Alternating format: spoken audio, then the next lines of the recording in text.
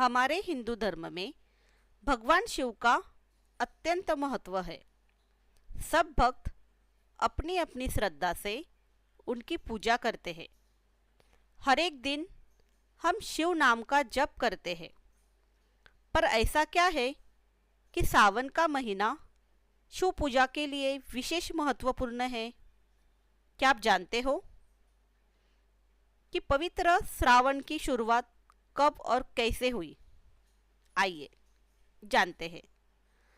हमारे पौराणिक ग्रंथों पवित्र श्रावण पर्व समुद्र मंथन से जुड़ा हुआ है। जी हाँ, वही समुद्र मंथन जो देवता और असुरों ने मिलकर किया था। अमृत की प्राप्ति हेतु समुद्र मंथन किया जा रहा था। तब समुद्र से सबसे पहले निकला जहरीला विष। अमृत तो सबको चाहिए था, लेकिन विष को तो कोई स्वीकार नहीं करना चाहता था, और ये विष संसार को हानिकारक था। उसके निकलने से सृष्टि उद्ध्वस्त हो रही थी। तब हमारे भोले बाबा आगे आए और उन्होंने जगत कल्याण हेतु उस विष को प्राशन किया।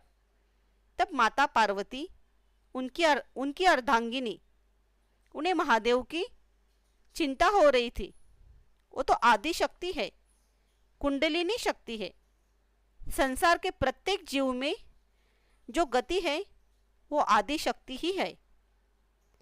उन्हें अपने महादेव की विष से रक्षा करनी थी। इसीलिए उन्होंने महादेव के गले पर अपना हाथ रखा और विष को अंदर जाने नहीं दिया। गले में ही विष को रोक लिया। ऐसा करने पर विष गले में ही रुक गया, पेट में नहीं गया। इसी कारण उनका गला नीला हो गया। इसीलिए महादेव का एक नाम नीलकंठ भी है। लेकिन विष का प्रादुर्भाव हो रहा था। महादेव के गले से ज्वाला निकल रही थी, एक ज्वलंत बाप आ रही थी। तब महादेव के सभी भक्तों ने अपने अपने स्थान पर शिवलिंग बनाया और उस शिवलिंग पर उन्होंने एक अखंड जल की धारा लगाई। उस पर निरंतर जलाभिषेक किया। शिव पर निरंतर उन्होंने दूध, दही, मध, धूप और शक्कर अभिषेक किया। ये सब चीजें शीतलता प्रदान करती है।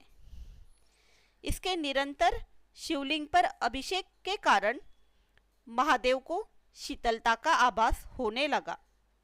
उसके बाद उन भक्तों ने चंदन का लेप शिवलिंग पर लगाया। चंदन भी शीतलता प्रदान करता है। उन्होंने बेल, धतूरा, फूल आदि शीतल वस्तुओं से महादेव की पूजा की। उस पूजा से भी महादेव को शीतलता मिल रही थी। और वो तिथि थी श्रावण शुक्ल पक्ष की पहली तिथि। भक्तों ने पूरे 1 महीने तक शिवलिंग पर अभिषेक तथा पूजा की। उससे शिवजी उन पर बहुत प्रसन्न हुए और उन्होंने जिस दूध, दही, दूध, मध, धूप और शक्कर से अभिषेक किया, उसका उपयोग महादेव के लिए अमृत साबित हुआ। इसीलिए दूध, दही, धूप, मध और शक्कर, इन 5 वस्तुओं से जो मिश्रण तैयार होता है उसे पंचामृत नाम मिल गया, जो शिवजी को अत्यंत प्रिय है। और भक्तों ने निरंतर जो बेल, चंदन, धतूरा और फूल अर्पित किए थे, उन्हें भी शिवजी ने अपनी प्रिय पूजा सामग्री के रूप में स्वीकार किया। उन भक्तों ने पूरे श्रद्धा से, निस्वार्थ भाव से महादेव की पूजा की। उस महीने को श्रावण नाम दिया गया। तब से सावन का महीना भगवान शिव को समर्पित है और इस दौरान उनकी पूजा अर्चना करने से विशेष फल मिलता है। यह महीना भगवान शिव के प्रति भक्तों की भक्ति और समर्पण का प्रतीक है। सावन के महीने में सोमवार का व्रत रखना बहुत शुभ माना जाता है और उसे सावन सोमवार कहा जाता है। इस महीने में निस्वार्थ भाव से जो भी महादेव और माता पार्वती की पूजा करते हैं, उन पर महादेव और माता की कृपा निरंतर रहती है। सावन महीने से एक और कथा जुड़ी है, जो कि ये है कि इस महीने में माता पार्वती ने शिव को पाने के लिए कठोर तप किए थे और उन पर प्रसन्न होकर महादेव ने उन्हें अर्धांगिनी के रूप में स्वीकार किया था, उनकी सभी मनोकामनाएं पूरी की थी। इसीलिए सावन के महीने में जो भी अविवाहित कन्या सच्चे भाव से महादेव और माता पार्वती की पूजा करती है, उसे उसकी इच्छा अनुसार वर मिलता है।